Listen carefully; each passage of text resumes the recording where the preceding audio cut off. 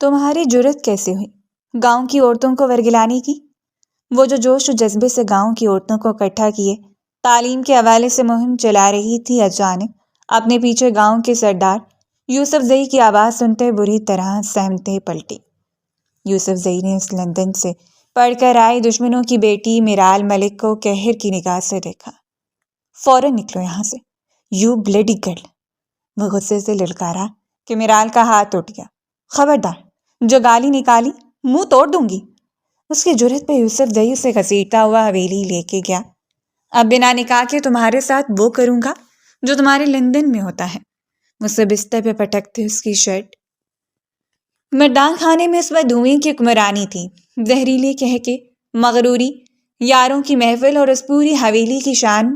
یوسف زئی صوفے پر ٹانگ پہ ٹانگ چڑھائے بیٹھا تھا۔ عجیب سی رونت اس کی شخصیت سے ٹپک رہی تھی۔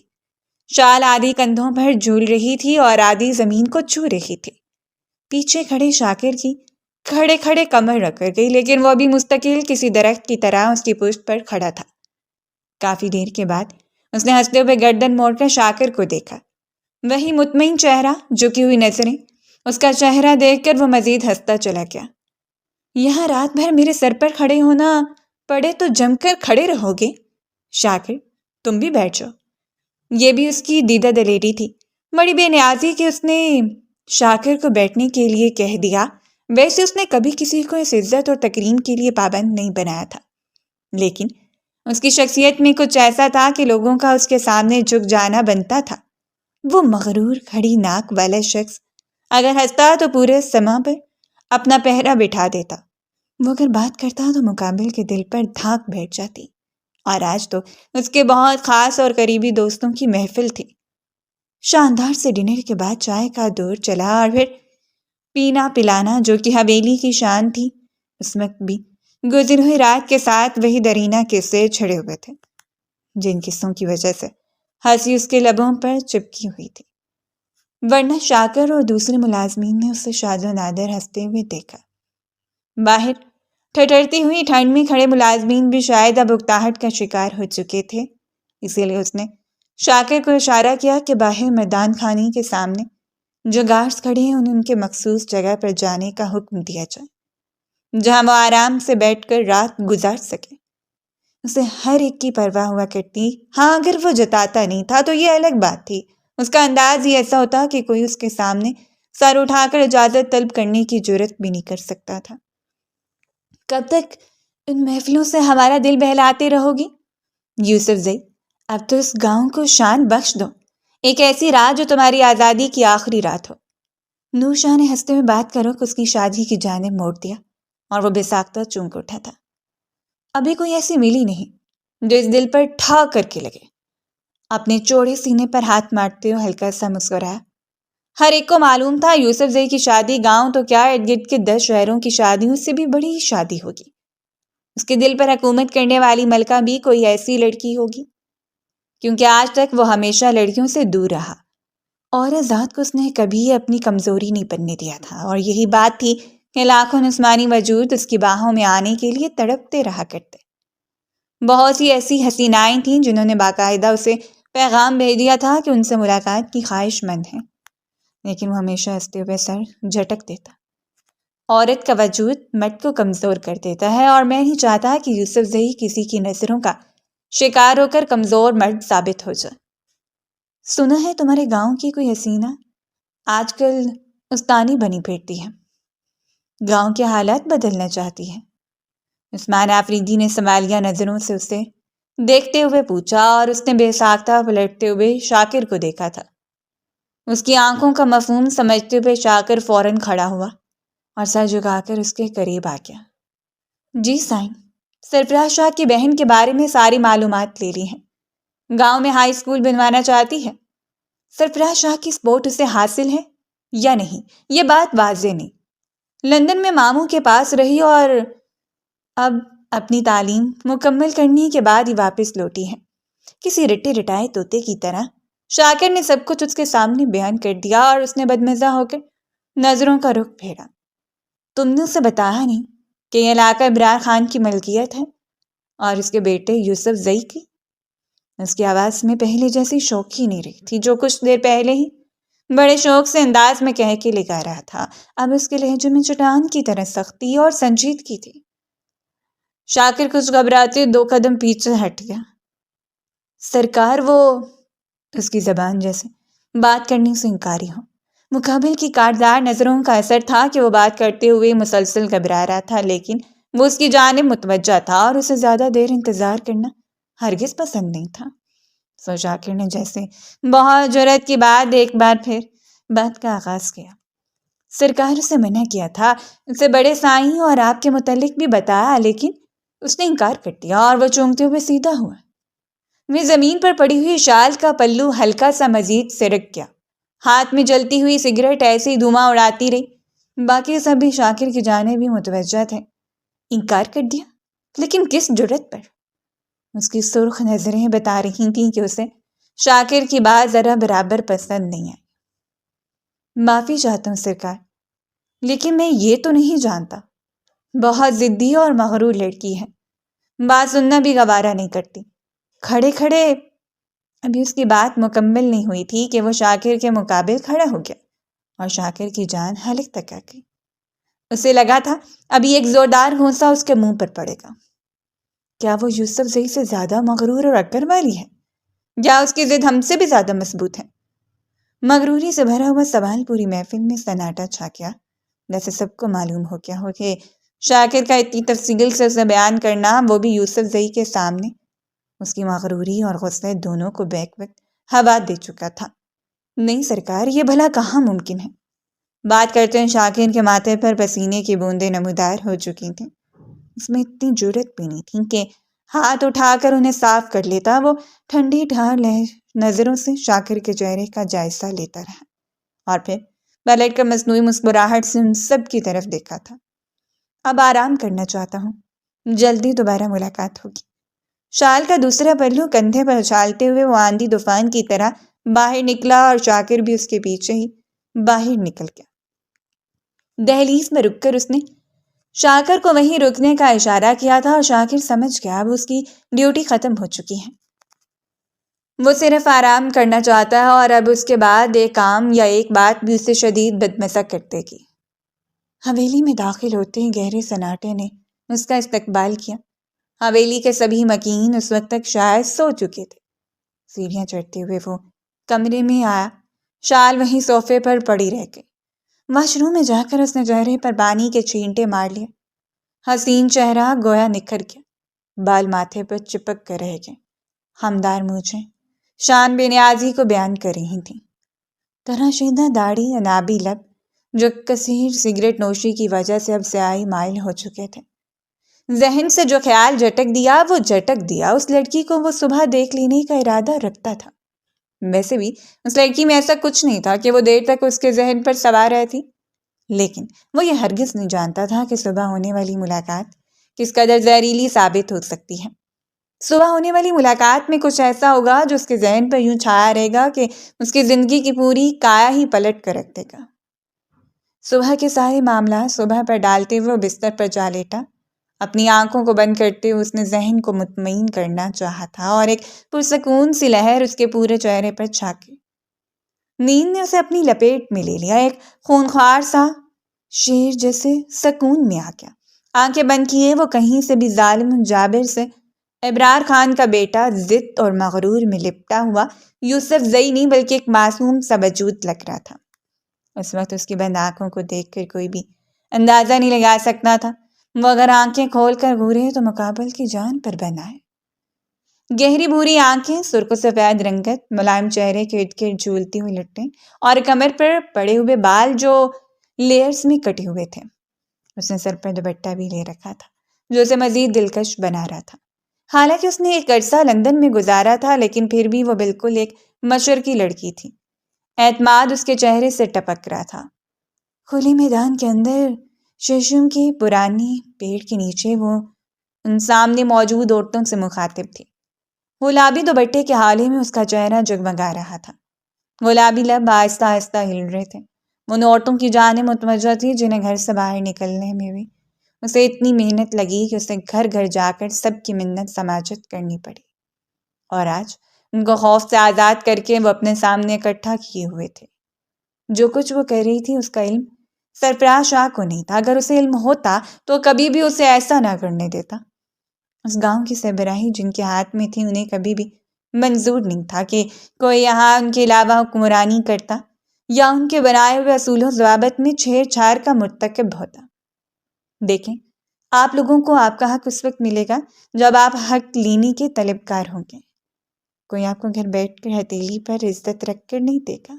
کیا آپ اسے اپنے سر پر سجا لیں؟ اپنے لیے خود آواز بلند کریں۔ بس میں اس علاقے کی سب سے بری رسم منی کے بارے میں بات کر رہی تھی۔ وہ عورتوں کے ذہن سے اس خوف کو نکال دینا چاہتی تھی جس خوف کے پہرے ان کے ذہنوں کو جکڑ کر بیٹھے تھے۔ آپ کی زندگی ہے، کسی کے دین نہیں۔ جو کوئی بھی اس پر حکمران بن بیٹھے، اتنا ہی جینا ہے جتنا پروردگار نے لکھا ہے، تو پھر خود کو دوسروں کے ہاتھوں میں دے کر اس کی انا کی تسکین مت بنے۔ اس وسیع و عریض میدان کے ارد گرد باڑ لگی ہوئی ہے اور یوسف زئی کو علم ہو چکا تھا کہ وہ آج یہاں ہے۔ جو کاروائی وہ کر رہی ہے اسے سن کر ہی اس کے ذہن کا سارا رخ اس لڑکی کی جانب مڑ گیا، اور آج وہ اسے تفصیلی طور پر سمجھانا چاہتا تھا کہ یہاں کی عورتوں کو مرگلانا اور یہاں کے بنائے ہوئے اصولوں میں ترامیم کی کوئی گنجائش نہیں۔ سو اسے گاڑی پر خود ہی آنا پڑا۔ آگے پیچھے 3 گاڑیاں رکی تھیں اور درمیان والی گاڑی میں وہ مغرور سا شہزادہ آنکھوں پر چشمہ چڑھائے بیٹھا تھا۔ سیاہ کلر کی شلوار قمیض میں وائٹ کلر کی شال اپنے کندھوں پر رکھے، ہاتھ میں مہنگی گھڑی، مہنگی دل فریب پرفیوم کی خوشبو جس نے اس کے وجود کو ایک نکھار بخش دیا۔ گارڈ نے دروازہ کھولا اور وہ شاندار سے انداز سے اترا۔ جہاں بھی وہ جاتا ہمیشہ گارڈ سے چاروں طرف سے گھیرے ہوتے، لیکن یہاں معاملہ چونکہ ایک عورت کا تھا تو اس لڑکی سے خود نمٹ لینا چاہتا تھا۔ ان کو وہیں روک کر وہ بڑی شان سے وہاں چلا گیا۔ اس کی پشت داخلی راستے کی جانب تھی۔ اپنے کام کو اتنے انہماک کے ساتھ کر رہی تھی کہ تھوڑے فاصلے پر رکتی ہوئی گاڑیوں کی جانب متوجہ ہی نہیں ہو پائی۔ وہ آ کر چند قدموں کے فاصلے پر کھڑا ہو گیا۔ تب اسے پلٹنا پڑا۔ وہ گلابی دوپٹے کے حالے میں چھپا ہوا چہرہ ایک لمحے کے لیے اسے پہچان نہیں پایا، اور دوسرے لمحے جیسے اسے اندازہ ہو گیا کہ یہ سب ہونا تھا اور اس سب کے لیے پہلے سے تیار تھی۔ آنکھوں سے چشمہ ہٹاتے ہوئے وہ آہستہ آہستہ اس کے قریب آ رہا تھا اور وہاں موجود عورتوں میں خوف و ہراس پھیل گیا۔ جلدی جلدی سے دوپٹے سے اپنے اپنے منہ ڈھانپتے ہوئے ادھر ادھر بکھرنے لگی تھیں کہ تاکہ کسی بھی طرح خان سائی کی نظروں میں نہ آ جائیں۔ اس کا جتنا خوف ان کے ذہنوں میں بیٹھا ہوا تھا، وہ لڑکی اگر ساری زندگی بھی لگا لیتی تو کبھی یوسف زئی اور ابرار خان کے خوف کو کم نہیں کر سکتی تھی۔ اس لڑکی کے معصوم سے چہرے کو دیکھ کر وہ ہلکا سا مسکرایا۔ یوں لگا جیسے ایک چمک اس کے لبوں کو چھو کر گزری ہو اور دوسرے لمحے وہ چمک ماند پڑ چکی ہو۔ سرفراز شاہ نے شاید تمہیں بتایا نہیں ہے کہ یہ علاقہ ابرار خان اور اس کے بیٹے کا ہے۔ نہایت مطمئن سی آواز میں وہ ہلکا سا غرایا تھا۔ اس کا احساس جیسے پورے منظر کو اپنی لپیٹ میں لے گیا، جیسے ہر چیز نے سہمتے ہوئے اس خبرو شہزادے کو دیکھا ہو جس پر یہ اکڑ اور مغروری جچ بھی رہی تھی۔ یہ سب کچھ اس کی شخصیت کا خاصہ تھا اور وہ لڑکی ہرگز بھی اس کے روب میں نہیں آئی۔ پچھلے 3 ماہ سے گاؤں میں آ چکی ہوں اور ہر زبان سے آپ کا ذکر سن چکی ہوں محترم، سو آج آپ سے ملنے کا شرف بھی حاصل ہو گیا۔ اپنے بازو اپنے سینے پر لپیٹتے ہوئے وہ یوسف زئی کی آنکھوں میں دیکھنے سے گریز کر رہی تھی۔ شاید اسے خطرہ تھا کہ اگر وہ یوسف زئی کی آنکھوں میں دیکھے گی تو شاید اس کا ننھا سا دل سہم جائے۔ 24 سالہ زندگی میں آج سے پہلے اس پر اتنی گھبراہٹ کبھی طاری نہیں ہوئی جتنا وہ اب گھبرا رہی تھی، لیکن پھر بھی اس نے خود پر قابو پا رکھا تھا۔ جو کچھ تم نے سنا ہے وہ مختلف ہو سکتا ہے اس سے جس وقت میں نظر آ رہا ہوں، لہٰذا مجھے وہ سب بننے پر مجبور کرنے کی بجائے چپ چاپ گھر بیٹھو، باقی عورتوں کی طرح۔ شال کا ایک کونا جھاڑتے اس نے عادتاً ایک ہاتھ سے اپنے مونچھ کو چھوا۔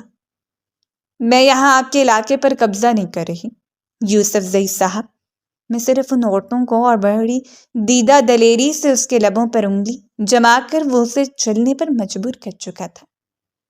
چاہے وہ جتنا اعتماد سے کام لے رہی تھی تو وہ ایک عورت لمحے بھر میں اس کے چہرے کی رنگت بدل گئی۔ شاکر نے ان عورتوں کو وہاں سے جانے کے لیے کہہ دیا تھا، لیکن جگہ ابھی تک خالی نہیں ہوئی تھی۔ 50 کے لگ بھگ عورتیں تھیں۔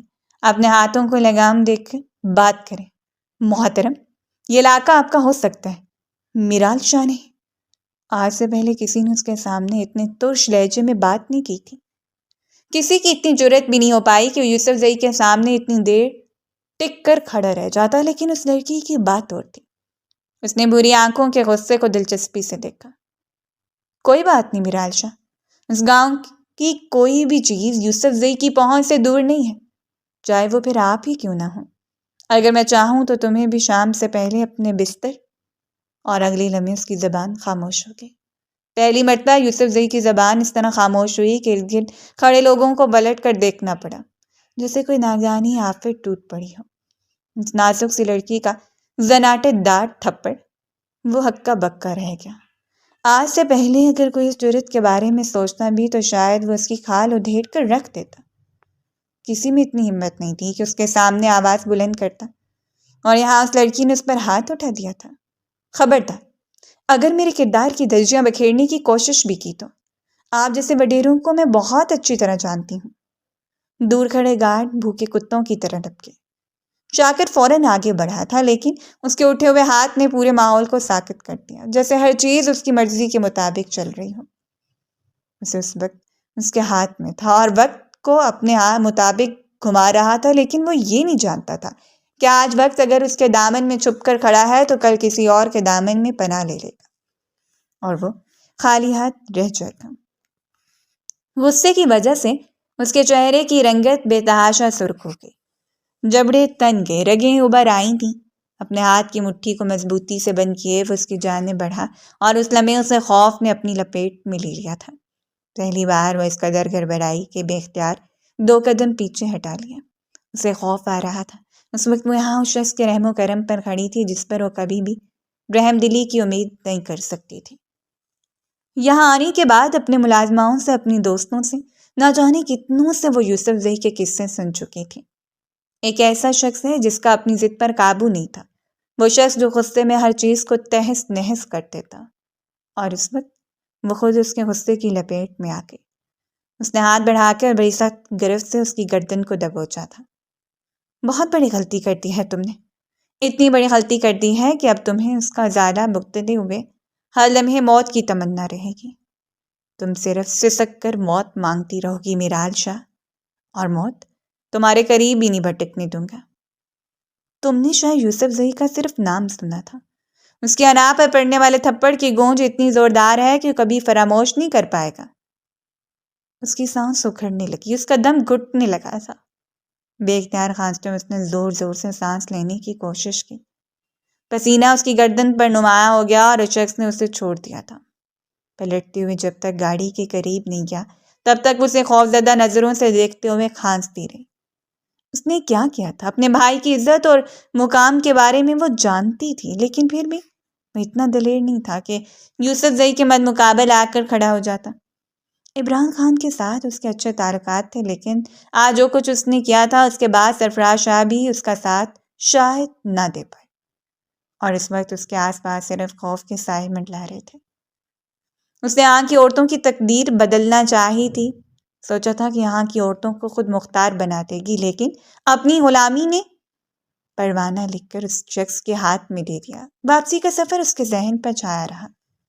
ڈرائیور کو اس نے سختی سے منع کر دیا تھا کہ وہ کسی بھی طرح یہ بات سرفراز شاہ کے سامنے نہ دہرائے، وہ خود بتا دے گی۔ اس وقت وہ بھائی کو غصہ نہیں دلانا چاہتی تھی۔ حویلی میں آنے کے بعد وہ سیدھا اپنے کمرے میں چلی گئی۔ ٹھنڈے ٹھار پانی کے چھینٹے منہ پر مار کر وہ خود کو پرسکون کر رہی تھی، لیکن آنے والی قیامت کبھی اسے پرسکون نہیں ہونے دے سکتی تھی۔ اس نے جو کچھ کیا تھا وہ شاید گاؤں میں پہلی بار ہوا تھا۔ آج تک اس پر یہ ہاتھ ابرار شاہ نے نہیں اٹھا پایا، تو اس لڑکی کی کیا اوقات تھی؟ اور اس چیز نے اس سے بپھرے ہوئے شیر کو اس قدر مچل جانے پر مجبور کر دیا کہ وہ پورے جنگل میں تباہی لاتے، اور اب اسے صرف اپنے شکار کو دبوچنا تھا۔ تاریک سے کمرے میں روشنی کی آمد کا کوئی ذریعہ نہیں تھا۔ ایک دیوار کی چھڑی سے ہلکی سی روشنی کی لہر اس کمرے میں آتے ہوئے یہ پتہ دے رہی تھی کہ باہر ابھی سورج کھڑا ہے، لیکن اس کی زندگی کا سورج تو شاید غروب ہونے کے در پہ تھا۔ خوف کے باعث وہ ایک کونے میں سمٹ کر بیٹھی تھی۔ نہ جانے کتنی چیختی رہی، کتنا روتی رہی، لیکن اب اس کا گلا خشک ہو چکا تھا۔ کتنا سیاہ دن تھا وہ جب اس نے آنے کی خواہش کی۔ اس کے بھائی نے ہمیشہ چاہا تھا کہ وہ وہیں رہے، وہیں سیٹل ہو جائے۔ اس کا ماموں زاد نوریز اس کی تمنا لیے بیٹھا تھا۔ اسے 100% یقین تھا یہ سب کرنے والے وہی شخص ہے۔ جیسے اس کی آخری ملاقات صرف 2 دن پہلے ہوئی تھی اور 2 دن پہلے ہونے والا واقعہ اس شام تک اس کے ذہن پر چھایا رہا، لیکن پھر اس نے سر جھٹکتے خود کو نارمل کر دیا۔ یہ عام سی بات تھی اور وہ گھر سے قدم نکالنے سے پہلے یہ سب کچھ سوچ چکی تھی، اور اب اس سب کو ڈھال بنا کر پیچھے قدم نہیں ہٹا سکتی تھی۔ اگر وہ سرفراز شاہ کو بتا دیتی تو شاید ایک بار پھر وہ اس کے پیروں میں زنجیریں ڈال کر اسے واپس بھیج دیتا، یا شہر میں شفٹ کر دیتا، جو کہ اس کی درینہ خواہش تھی۔ وہ اسے کم سے کم اس گاؤں میں نہیں رکھنا چاہتا تھا۔ تو اس نے معاملے کو محدود رکھا، اور حیرت یہ تھی کہ آج نہ صرف اسے اس کے گھر سے بلکہ اس کے ساتھ ہی کمرے سے اٹھوا لیا گیا۔ وہ سوچ بھی نہیں سکتی تھی اس شخص کے ہاتھ اتنے لمبے ہو سکتے ہیں۔ کل تک اس کی گردن کو پکڑے کھڑا تھا اور آج اس کی گردن کو دبوچتے ہوئے توڑ دیا۔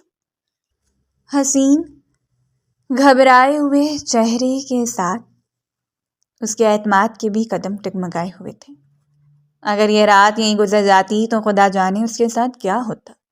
ساری تعلیم، سارا حوصلہ، وہ سب کچھ عزت کے سامنے ہاتھ باندھے کھڑے تھے، اور اس وقت اس کی عزت یوسف زئی کے ہاتھ میں تھی۔ خود کو ملامت کرتے ہوئے نہ جانے اس نے کتنی مرتبہ سرفراز شاہ کو پکارا تھا۔ اس کمرے میں آنے والی روشنی اب آہستہ آہستہ مدھم ہوتی جا رہی تھی۔ نہ جانے اسے کہاں رکھا گیا تھا۔ کمرے میں اس وقت وہ صوفے پر اطمینان سے کتاب پڑھ رہی تھی جب کوئی اچانک اس کے کمرے میں داخل ہوا۔ اس سے پہلے کہ سنبھل پاتی تو مقابل نے اس کے منہ پر ہاتھ رکھ کر اسے اپنے قریب کر لیا۔ کلوروفارم جب اس کے دماغ پر چھایا تو سنوتے دماغ کے ساتھ وہ اسی انجان شخص کے بازوؤں میں گرتی چلی گئی، اور جب اس کی آنکھ کھلی تو وہ اس سیاہ خاموش کمرے میں پڑی تھی، اور اس کے بعد یہاں کوئی نہیں آیا۔ بھوک تو غائب تھی، لیکن پورے دن میں اس قدر نکاہٹ طاری تھی کہ اسے اس وقت پانی کی شدید طلب تھی۔ روزہ داروں کی سی کیفیت اس پر طاری تھی۔ شاید رونے اور چیخنے کی وجہ سے اب اس کا پورا جسم کمزوری میں ڈوب رہا تھا، لیکن یہاں اس التجام پر غور کرنے والا کوئی نہیں تھا۔ بے تحاشا اس کا دل چاہا، جان سے بڑھ کر کچھ بھی نہیں۔ اگر وہ شخص کے سامنے آ جائے تو کھڑے کھڑے ہی اس سے معافی طلب کر لے، یا پھر اس کے قدموں میں بیٹھ جائے، کچھ بھی کرے، لیکن اپنی عزت کی بھیک مانگ لے۔ اسے یہ رات گھر سے باہر نہیں گزارنی تھی۔ نہ کسی نے آنا تھا اور نہ ہی آیا۔ رات کی شروعات ہوئی، خوف گہرا ہوتا چلا گیا، اور بلاخر تھک ہار کر اسی دیوار کے ساتھ ٹیک لگا کر وہ جیسے ہوش و حواس سے بیگانی ہوتی چلی گئی۔ باہر کیا ہو رہا تھا، اس کے بھائی نے اسے کتنا تلاش کرنے کی کوشش کی، وہ یہ نہیں جانتی تھی، لیکن اب وہ مایوس ہوتی جا رہی تھی۔ اسے لگ رہا تھا وہ یہیں پڑی پڑی مر جائے گی۔ اگر اندر کوئی آتا تو شاید وہ منت سماجت کر لیتی، التجا کر لیتی، یا پھر اس شخص سے ملاقات کر لیتی۔ کوئی تو حل نکل آتا، کوئی نتیجہ نکل آتا، لیکن نہ ہی کوئی اندر آیا اور نہ ہی کسی نے دروازہ کھولا۔ رات گزری اور اگلے دن کی آمد ہوئی۔ اس پر ظالم شخص نے عہد کر لیا تھا وہ اسے اس عارضی پنجرے سے نکال کر مستقل طور پر اپنی قید میں لے لے گا۔ ساری زندگی سلگتے ہوئے اسے اس بات کا احساس رہنا چاہیے کہ اس نے زندگی بھر یوسف زئی کے سامنے آنکھ اٹھا کر بھی بات نہیں کرنی۔ اس کی انا، اس کی مغروری، اس کی ضد کو وہ اپنے قدموں میں روند دینا چاہتا تھا۔ اس سب کا آغاز اس نے کیا تھا، لیکن اختتام قدرت کرنے والی تھی۔ وہ خود کو ہر چیز پر حکمران سمجھنے والا شخص شاید اس بات سے واقف نہیں تھا کہ اس پر حکمران ذات بڑی خاموشی سے سب دیکھ رہی ہے۔ اس کی ڈور کب کہاں کھینچنی ہے وہ بخوبی جانتی ہے، اور اب شاید وقت آ چکا تھا اس کی ڈور کھینچ لینے کا۔ دن کا کون سا وقت تھا اس بات سے تو وہ واقف نہیں تھی، لیکن اسے یوں لگ رہا تھا جیسے یہاں پڑے پڑے صدیاں گزر چکی ہوں۔ زنگدار سا دروازہ کھڑکھڑایا۔ وہ بے تحاشا چونکتے ہوئے دروازے کو دیکھنے لگی۔ اس میں اتنی ہمت نہیں تھی کہ اٹھ کر دروازے کے قریب چلی جاتی۔ اس وقت اگر کوئی اس کے چہرے کو دیکھ لیتا تو گمان کرتا کہ کوئی پھول کسی ظالم مالی کی زیر حراست مرجھا کر کلی کلی بکھرنے والا ہے۔ دروازہ کھلا، 2 جوان مرد اندر آئے۔ وہ کامتے ہوئے خود کو گھسیٹ کر دور کرنے لگی۔ جب انہوں نے آگے بڑھتے ہوئے اس کے ہاتھوں کو پشت پر باندھتے ہوئے اس کی آنکھوں پر پٹی باندھ دی، اس نے چلانے کی کوشش کی تھی، جب ایک شخص کراتے اس کے کان کے قریب جھکا۔ اگر ذرا سی بھی آواز نکالنے کی یا کسی کے خلاف بولنے کی کوشش کی تو تمہارا وہ حال کر دیا جائے گا کہ تم خود کو بھی نہ پہچان پاؤ گی۔ اسے لے کر باہر آ رہے تھے، وہ بس ان کے ساتھ گھسیٹتی چلی جا رہی تھی۔ اسے لا کر گاڑی میں پٹک دیا گیا اور گاڑی کسی انجان منزل کی جانب رواں تواں تھی۔ اب اس میں اتنی سکت بھی نہیں رہی تھی کہ وہ روتی، چیختی، چلاتی، ماتم مناتی یا پھر منت سماجت کر لیتی۔ گاڑی میں پھیلی خوشبو اس کے گمان میں اضافہ کر رہی تھی۔ بے ساختہ اس نے سر اٹھا کر محسوس کیا اور پھر روتے ہوئے بول پڑی، یوسف سے میں جانتی ہوں کہ آپ کے ارد گرد موجود ہیں اور یہ سب کچھ آپ کا کیا طرح ہے۔ اگر میں زندہ رہی تو جہاں تک ممکن ہو سکا خود کو انصاف دلاؤں گی، لیکن میں پھر بھی التجا کروں گی کہ خانزادوں کو زیب نہیں دیتا کہ وہ ایک نہتی عورت کی عزت کے ساتھ کھیلیں۔ اپنی دلیری کو ثابت کرنے کے لیے کسی مرد سے مقابلہ کرو۔ کسی عورت کی عزت کے ساتھ کھیل کر کیا ثابت کرنا چاہتے ہو؟ گاڑی میں مکمل خاموشی چھائی ہوئی تھی۔ بس اس کی چیختی ہوئی آواز، اس کا کاٹتا ہوا لہجہ، نہ جانے وہ یہ ہمت کہاں سے جمع کر چکی تھی۔ شاید سامنے نظر آنے والے خوف نے اسے اتنا دلیر کر دیا تھا اور اگلے لمحے جیسے اس کے منہ پر ٹیپ چڑھاتے ہوئے اس کے منہ کو سختی سے دبوچ کر بند کر دیا گیا۔ چاہنے کے باوجود وہ کچھ نہیں کہہ پائے۔ سامنے بیٹھے ہوئے شخص یہ گوارا نہیں کر سکتا تھا کہ وہ اس کا نام لے کر اسے مخاطب کرے یا وہ مزید کچھ دیر اس کی آواز کو سنے۔ اس نے پلٹ کر اس کا چہرہ دیکھنے کی بھی ضرورت محسوس نہیں کی۔ اس وقت وہ یوسف زئی کے لیے صرف اور صرف نفرت کا باعث تھی اور بس نفرت کی انتہا تک جانا چاہتا تھا۔ گاڑی ایک جھٹکے سے رکی اور کسی نے اسے کھینچ کر باہر نکالا تھا۔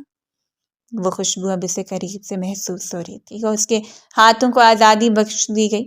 اس کی آنکھوں سے پٹی ہٹا کر منہ کو ٹیپ کی قید سے آزاد کر دیا گیا۔ وہ سسک کر سر جھٹک گئی۔ اس سے پہلے کہ وہ کچھ سمجھ پاتی، دو مہربان ہاتھوں نے اسے اپنی لپیٹ میں لیتے ہوئے اپنے سینے سے لگا لیا تھا۔ ان کا لمس پا کر ہی بے تحاشا رو پڑی۔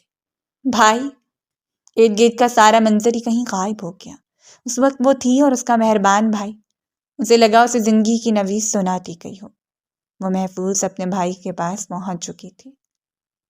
جانے کی اتنی دیر وہ بھائی کے سینے سے لگ کر بے تحاشا روتی رہی اور کافی دیر گزرنے کے بعد سرفراز شاہ نے اسے خود سے آزاد کیا۔ گویا سرفراز شاہ کو خرید لیا ہے، یہ احسان سر آنکھوں پر رہے گا خان صاحب۔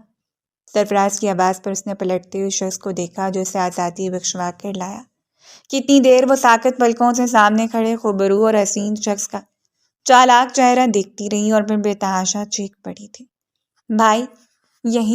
یہی ہے وہ یوسف زئی، اسی کی قید میں تھی۔ بھائی!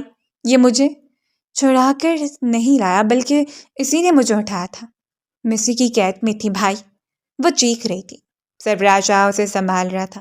ایک بھرپور نگاہ اس کی آنکھوں پر ڈال کر وہ مسکراتے ہوئے پلٹ گیا۔ سرفراز شاہ اسے سمجھاتے ہوئے کہہ رہا تھا کہ اسے ضرور کوئی غلط فہمی ہوئی ہے۔ سرفراز شاہ کے بازو میں ہوش سے پہلے اس نے آخری مرتبہ اپنے بھائی کے ہی الفاظ سنے تھے، اگر اس وقت وہ محفوظ اور زندہ ہے تو صرف اور صرف یوسف کی وجہ سے ہے۔ وہ شخص اس کے ساتھ کھیل گیا، اس کی پوری زندگی کے ساتھ کھیل چکا تھا۔ اسے سوچا تھا وہ شفاق اور جابر ہوگا، لیکن اس حد تک جہاں اس کی سوچ کا اختتام ہوتا ہے وہاں سے چند میل کے فاصلے پر اپنی سوچوں کا پہرا لگائے یوسف زئی کھڑا تھا۔ اس بات کو مان چکی تھی، اس کے علاوہ اور کوئی چارہ نہیں۔ مجھے یہ رشتہ ہر طرح سے ایک معقول رشتہ لگ رہا ہے اور انکار کی کوئی گنجائش ہی نہیں۔ اس کا بھائی اس کے سامنے بیٹھا تھا۔ اس بات کو پورا ایک ہفتہ گزر چکا تھا اور اب اس کی طبیعت کافی حد تک سنبھل چکی تھی اور اب یہ نئی قیامت اس کی منتظر تھی۔ اس نے سوچا جو کچھ ہو چکا سو ہو چکا، اب اس کے بعد کچھ نہیں۔ نہ ہی وہ قدم بڑھائے گی اور نہ ہی یوسف کی جانب سے کوئی پیش رفت ہوگی، لیکن یہ اس کی بھول تھی۔ بھائی آپ جانتے میں ہرگز نہیں کروں گی۔ زندگی میں پہلی بار اس نے اپنے باپ جیسے بھائی کو انکار کیا تھا۔ نہ جانے کیوں اس کے بھائی کو یہی لگتا تھا کہ یہ رشتہ اتنا بہترین ہے کہ اس سے بڑھ کر اور کچھ ہو ہی نہیں سکتا۔ اس کا بھائی خود غرضی پر اتر آیا تھا یا وہ کچھ دیکھنا نہیں چاہ رہا تھا۔ اس نے سب کچھ بھائی کے سامنے بیان کرتے ہوئے صاف لفظوں میں کہہ دیا، کیونکہ اسے یقین تھا اس کے اغوا کے پیچھے بھی یوسف زئی کا ہاتھ ہے۔ خبردار آج کے بعد اپنی زبان سے الفاظ مت نکالنا، میں تمہارا بچپنا سمجھتے ہوئے اگنور کرتا آ رہا ہوں، لیکن تم نہیں جانتی اپنی اور میرے لیے کتنی بڑی مصیبت کھڑی کر دو گی۔ سرفراز شاہ غصے سے اسے گھور کر بولا، آپ مجھے لندن واپس بھیج دیں، میں نہ ہی یہاں رہوں گی اور نہ ہی آپ کے لیے مشکلات پیدا کروں گی۔ ایسا ممکن نہیں ہے۔ اپنی پشت پر ہاتھ باندھتے ہوئے وہ اٹھ کھڑا ہوا تھا۔ اسی ہفتے کے اختتام پر میں ابرار خان کو زبان دے چکا ہوں، وہ خود تمہارے لیے رشتہ لے کر آئے ہیں، کہ اس سے بڑی کوئی خوش نصیبی ہو سکتی ہے۔ اور افسوس اس بات کا کہ اس کے بھائی کو اندازہ ہی نہیں تھا کہ اس سے پہلے ماموں کی فیملی کے ساتھ بھائی اس کا رابطہ ختم کروا چکے تھے۔ وہ ہر ایک سے بغاوت کر سکتی تھی لیکن اپنے بھائی سے نہیں۔ لیکن وہ ان کے فیصلے پر حیران تھی۔ اپنے گھٹنوں پر سر رکھ کر وہ پھوٹ پھوٹ کر رو پڑی۔ ریشمی بال لہروں کی مانند اس کے کندھوں پر بکھرتے چلے گئے۔ وہ نہیں جانتی تھی کہ وہ اس کے ساتھ کیسے زندگی گزارے گی، اس کی زندگی کیسی ہوگی، ایک ایسے شخص کے ساتھ جو اپنی روایات سے باہر نہیں نکلتا تھا، ایک ایسا شخص جسے انا کی اتنی بڑی بیماری تھی کہ ایک لڑکی کی ایک غلطی نہیں بھلا پا رہا تھا اور اس کی زندگی برباد کرنے کے در پہ تھا۔ یہ 5واں دن تھا۔ 2 دنوں کے بعد اس کا بھائی یوسف زئی کے ساتھ اس کا نکاح مقرر کر چکا تھا۔ جب اس روز شال کندھے پر ڈال کر وہ خود ڈرائیور کے ساتھ خان حویلی چلی آئی۔ یہ نامناسب ہو سکتا تھا لیکن اتنا نہیں۔ اس نے سوچ لیا اس کی انا کی خاطر اس سے معافی مانگ لے گی، اسے کہہ دے گی کہ اس سے غلطی ہو گئی یا بورڈ نہیں۔ اس نے مان لیا طاقت، رتبہ اور ضد میں وہ شخص اس سے کہیں بڑھ کر ہے۔ اس کے ساتھ اپنی زندگی برباد نہیں کرنا چاہتی۔ ملازمہ اسے لاؤنج میں بٹھا کر گئی۔ کافی دیر گزرنے کے بعد خدیجہ بیگم آئی تھی۔ اسے یہاں دیکھ کر وہ کچھ حیران سی ہوئی اور پھر نرم لہجے میں بات کرتے اس کے قریب بیٹھ گئی۔ ملازمہ نے لوازمات اس کے سامنے سجا دی۔ میں یوسف سے ملاقات کرنا چاہتی ہوں۔ ان کے نرم رویے کو دیکھ کر اسے اندازہ ہو رہا تھا کہ ابرار خان کے گھر پر عورتوں کی حیثیت کتنی ہے۔ بالکل، اگر یوسف نے تمہیں خود بلایا ہے تو جا کر ملاقات کر لو، وہ اوپر کمرے میں ہے۔ ابھی تک کوئی یہ سمجھ رہی تھی کہ یہاں یوسف نے اسے خود بلایا ہے۔ وہ اسے یوں ٹریٹ کر رہی تھی جیسے کہ وہ ان کے بیٹے کی پسند ہو، جیسے کہ یہ رشتہ ان کی باہمی رضامندی سے طے پا رہا ہو۔ سینیاں چڑھتی ہوئے اپنے دھڑکتے ہوئے دل کے ساتھ وہ ایک بار پھر اس شخص کے سامنے جا رہی تھی۔ دروازے پر دستک دے کر اس نے کچھ دیر انتظار کیا۔ اندر سے جواب نہیں آیا۔ دوبارہ دستک دینے کے بجائے اس نے ہینڈل تھوڑا سا گھما دیا۔ دروازہ کھلا۔ اپنے لبوں کو کاٹتے ہوئے وہ اندر داخل ہوئی۔ نہایت شاندار کمرہ، جیسے کسی بادشاہ نے اپنے خبرو شہزادے کے لیے یہ کمرہ ترتیب دیا ہو۔ سامنے دیوار پر اس کی کاداور تصویر کو دیکھ کر اس کا دل ایک بار پھر کانپ گیا۔ وہ تصویر میں بھی ایسا ہی لگ رہا تھا۔ سارے جہاں کی برہمی اس کے چہرے پر چھائی ہوئی تھی۔ سنجیدہ تاثرات ایک دوسرے میں پیوست کلب تصویر سے نظر ہٹا کر اسے سامنے صوفے پر دیکھا۔ لیپ ٹاپ گود میں رکھے وہ شاید کچھ کام کر رہا تھا لیکن اب اس کی جانب متوجہ تھا۔ اسے حیرت سے دیکھنے کے بعد مسکراتے ہوئے دوبارہ لیپ ٹاپ کی سکرین کو دیکھنے لگا۔ کوئی گرم جوشی نہیں تھی جیسے اسے اندازہ ہو کہ وہ یہاں آئے گی۔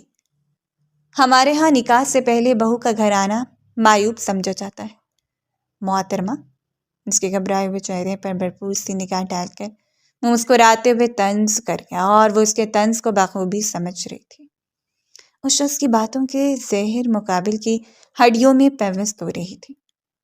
مجھے آنے کا کوئی شوق نہیں ہے، نہ ہی نکاح سے پہلے اور نہ ہی نکاح کے بعد، بلکہ مجھے اس نکاح کا بھی کوئی شوق نہیں ہے۔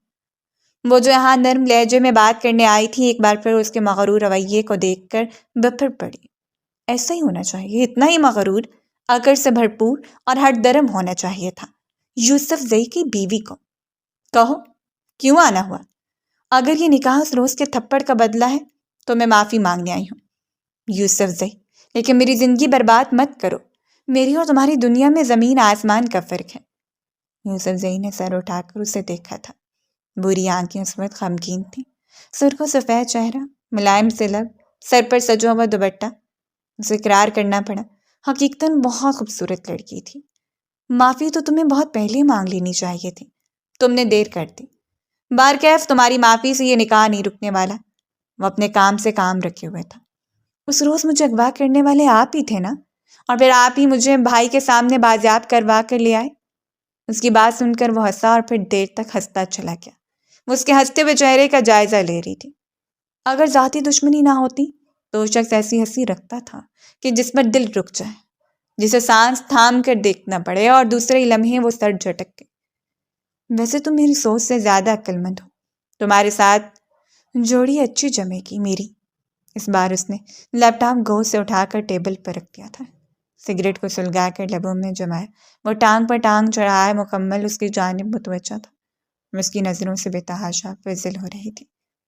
میں آپ کو پسند نہیں کرتی، میرا دل کسی اور سے منسوب ہے۔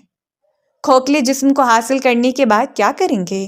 ایک خان کی انا اور مغروری کو توڑنے کے لیے یہی چیز کافی ہے کہ اس کی ہونے والی بیوی کسی اور۔ وہ جپٹتے اس کے قریب جا کر اس کے حسین چہرے کو دبوچ چکا تھا۔ کسی دوسرے کے لیے مشکل پیدا مت کرو، وہ زمین کے کسی بھی کونے میں رہتا ہے، میں اسے نکال کر مسل دوں گا۔ تمہیں میری انا کے ساتھ چھیڑخانی نہیں کرنی چاہیے۔ نوریز کا معصوم سا چہرہ اس کی نظروں میں گھما، وہ کام گئی تھی۔ نوریز کے ساتھ کوئی دلی وابستگی نہیں تھی، لیکن بچپن سے اس کا نام ساتھ جڑ چکا تھا، اور اب یہ سارا اثر اس کے بھائی کی ناانصافی تھی کہ وہ اسے کسی اور کے ساتھ منسوب کر چکا تھا۔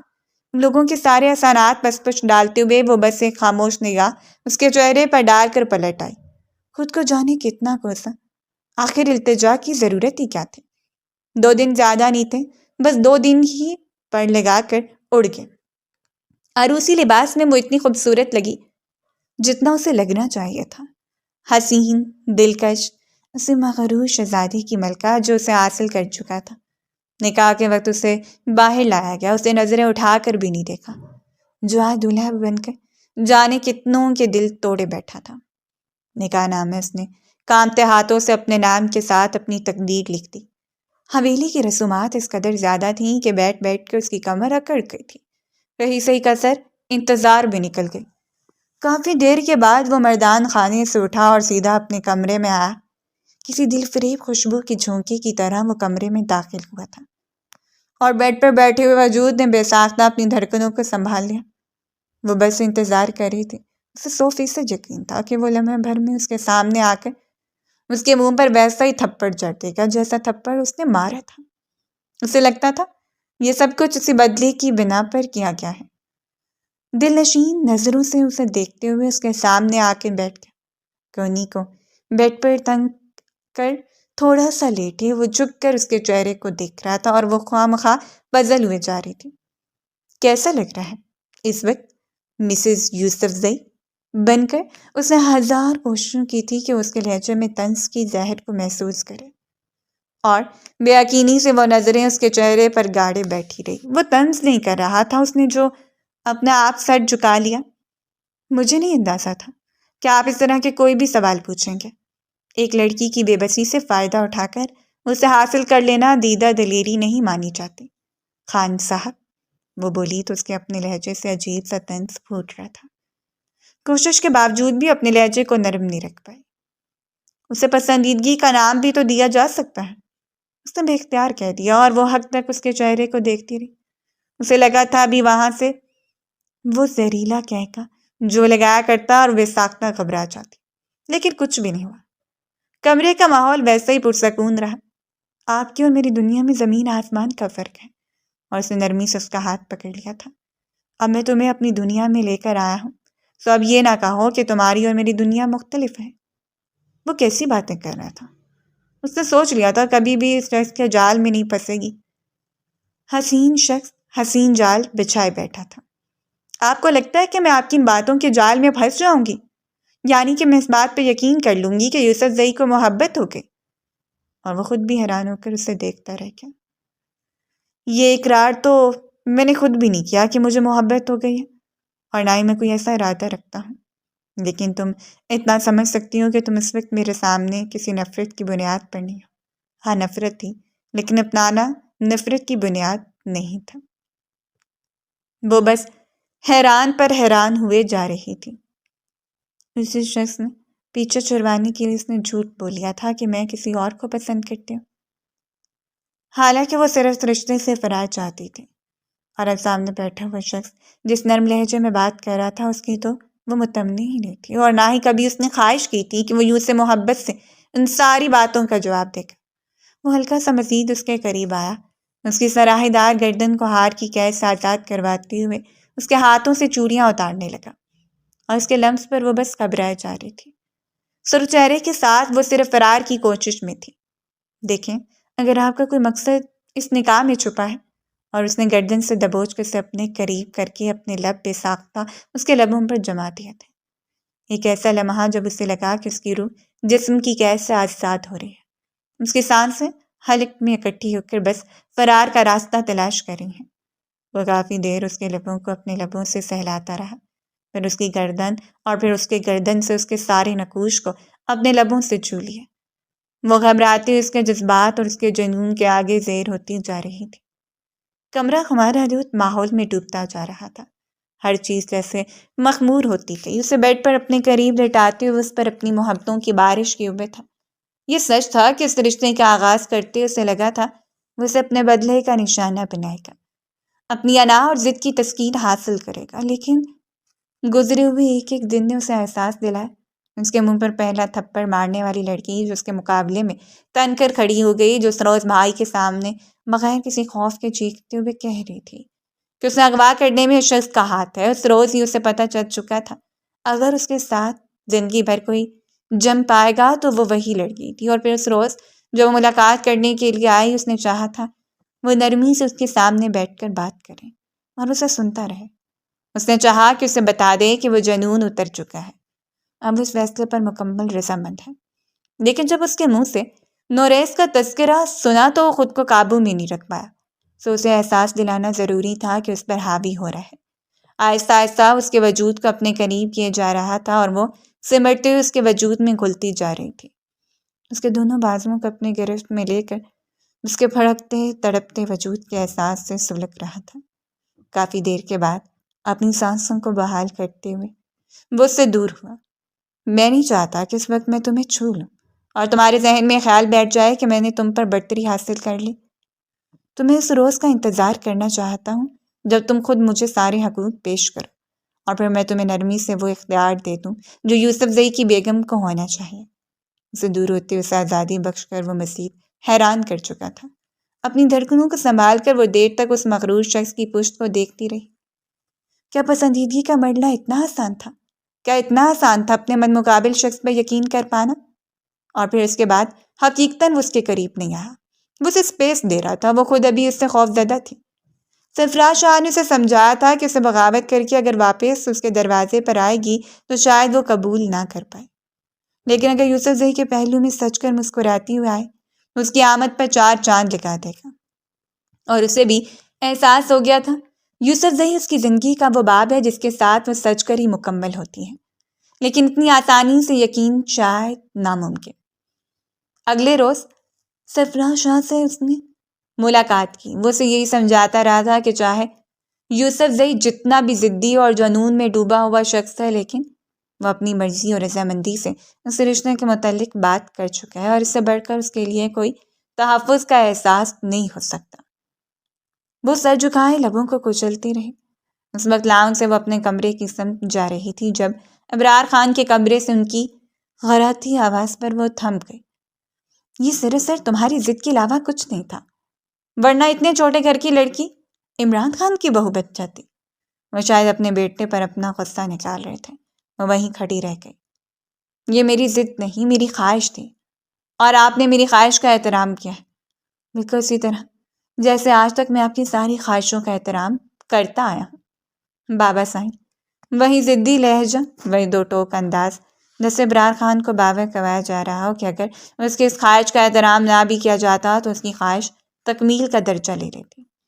ٹھیک ہے، اب تمہاری خواہش پوری ہو چکی ہے، مجھے بستی کے قبضہ شدہ سارے گھر خالی کروا دو 1 ہفتے سے پہلے۔ اسے یوں لگا جیسے وہ باپ بیٹا کسی سودے بازی کی بات کر رہے ہوں۔ بالکل کروا دوں گا، یہ کوئی مشکل بات نہیں ہے۔ اسے دلی طور پر افسوس ہوا تھا، وہ شخص کبھی نہیں سدھر سکتا۔ وہ اگر اسے خواہش کی بنا پر بھی اپنا چکا تھا تو وہ بھی اس کی ڈکشنری کا سب سے برا انسان تھا۔ وہ سر جھٹک کر جانے لگی تھی جب ایک بار پھر یوسف کی آواز نے اس کے قدموں کو روک دیا۔ میں پہلے بھی آپ سے کہہ چکا ہوں، گاؤں کی حدود میں جو ہماری زمین پڑی ہے اس پر ان تمام لوگوں کو 2 کمروں پر محیط مکانات بنا کر دیے جائیں گے، تبھی یہ قبضہ چھوڑیں گے۔ وہ لوگوں میں کسی بھی بے بس انسان کو بے گھر نہیں کر سکتا۔ وہ چپ چاپ کمرے میں چلی آئی۔ وہ نہیں جانتی تھی شخص کی اصل شخصیت کیا ہے، وہ نہیں جانتی تھی اس نے سارے لگائے ہوئے اندازے کیوں غلط ثابت ہو جاتے ہیں۔ وہ نہیں جانتی تھی کہ جو اسے نظر آتا ہے حقیقت وہ کیوں نہیں ہوتا جو اسے نظر آتا ہے۔ ہاں، وہ ضدی اور مغرور تھا، وہ نام میں لپٹا ہوا تھا، لیکن اپنے دل میں ہر ایک کے لیے اس نے نرم گوشہ رکھا تھا۔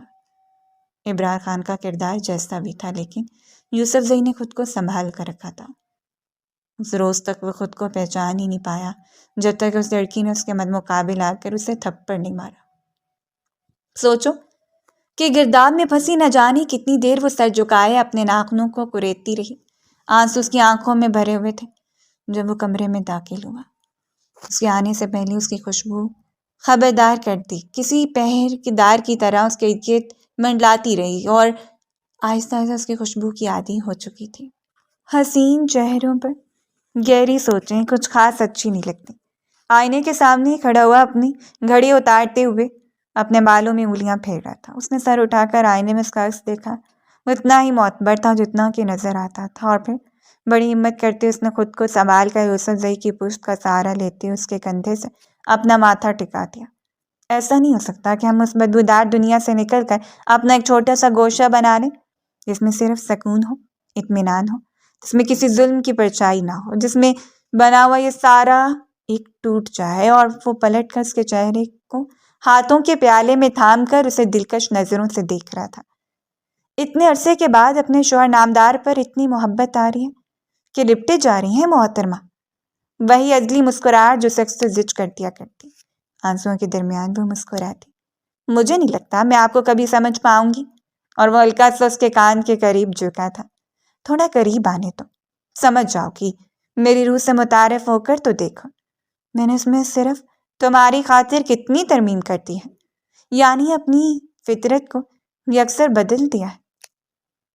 مسز خان اپنی لبوں سے اس کی کان کی لو کو چھوتے ہوئے پیچھے ہٹا اور وہ سرخ ہوتے ہوئے سر جھکا کے یہی حیا اور معصومیت اس کے دل پر ڈیرے ڈال چکی تھی۔ اس کی جھکی ہوئی نظروں کو اس کی رضامندی تصور کرتے ہوئے وہ جھک کر اسے اپنے بازو میں بھر چکا تھا اور وہ بھی اب تسلیم کر چکی تھی۔ چاہے اس کے ساتھ ساری زندگی ضد لگائے رکھتی، لیکن اس کی پناہوں کے علاوہ اس کے پاس اور کوئی راستہ نہیں تھا۔ خود کو اس کی باہوں کے سپرد کرتے ہوئے اس نے مسکرا کر اس پر سر ٹکا دیا اور اسے بستر پر ڈالتے ہوئے ہلکا سا اس کے قریب جھکا تھا۔ وہ اپنے ہاتھوں سے اس کے شرٹ کے بٹنوں سے چھیڑخانی کر رہی تھی۔ میں نے ایک درینہ کہاوت سن رکھی تھی کہ آگ اور کپاس کا کوئی جوڑ نہیں ہوتا، لیکن یہاں آگ اور پانی ایک دوسرے کے بنا نہیں رہ پا رہے ہیں۔ وہ مخمور نگاہوں سے اسے دیکھتا ہوا اس کے لبوں پر جھک کر اپنی تشنگی مٹا رہا تھا۔ اسے باور کروا رہا تھا کہ اس کے لیے کیا حیثیت رکھتی ہے۔ اس کی ٹھوڑی پر اپنے لب جماتے ہوئے اس کی خوشبو کو اپنے وجود میں اتار رہا تھا، اور اس نے دہلتے ہوئے دل کے ساتھ اس کے لبوں پر ہاتھ رکھ کر اس کے جنون کو روکا، لیکن موزور طوفان کی طرح جذبات بہہ کر اس سے ساتھ بہ جانے پر مجبور کر رہے تھے۔ اسی روز اپنی روح کو بھی کھول کر مجھ پر عیاں کر دیں تاکہ میں آپ کی فطرت کو جان پاؤں، سارے اندیشے جھاگ کی طرح بیٹھ جائیں۔ اور اس نے نرمی سے اس کا ہاتھ ہٹا کر اس کی ناک کے نوک کو لبوں سے چن کر اس کی آنکھوں پر اپنے لب جما دیے۔ جس روز میرے قریب رہو گی، جس روز میری خوشبو سے وابستہ ہو جاؤ گی، تم جان جاؤ گی مجھے یقین کرو میں بہت قابل محبت شخص ہوں۔ اس کے دوپٹے کو سائڈ پر کرتے اس کی روح میں اترتا جا رہا تھا۔ اور یہ آپ کو کون لوگ بتا چکے ہیں کہ آپ قابل محبت ہیں؟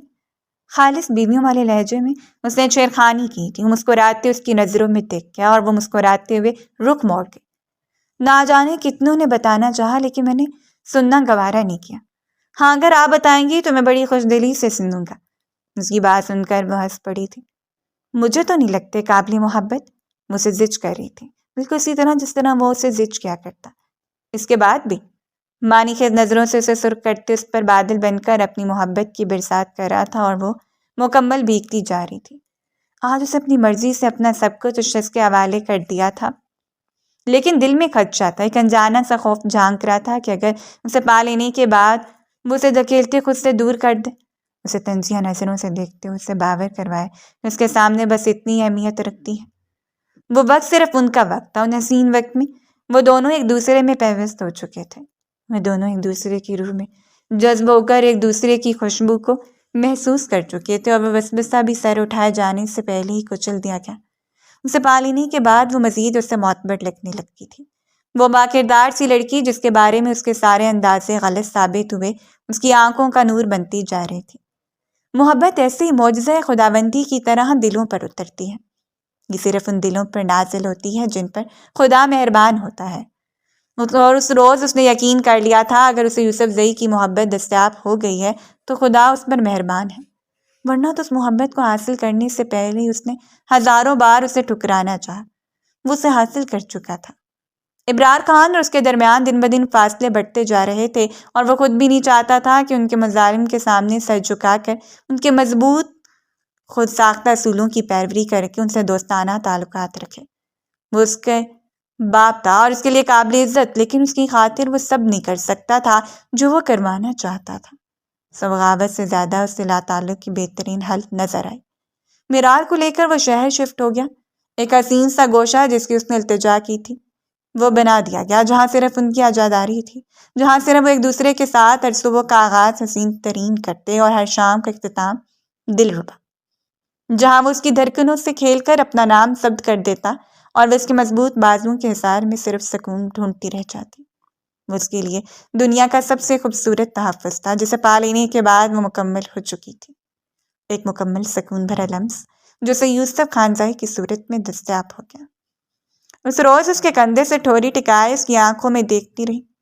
خان، میں اپنے سپنوں کو پورا کروں گی، ایک ایسی تنظیم بناؤں گی جس کا مقصد ان تمام ناتواں عورتوں کو مضبوط بنانا ہے جنہیں معاشرہ سر اٹھا کر جینے نہیں دیتا، جو کبھی محبت پہ ماری جاتی ہیں تو کبھی تعلیم کی تنگ دستی میں، اور مسکراتے اسے دیکھتا رہ جاتا۔ لیکن میں نہیں چاہتا کہ تم بابا سے بغاوت مول لو۔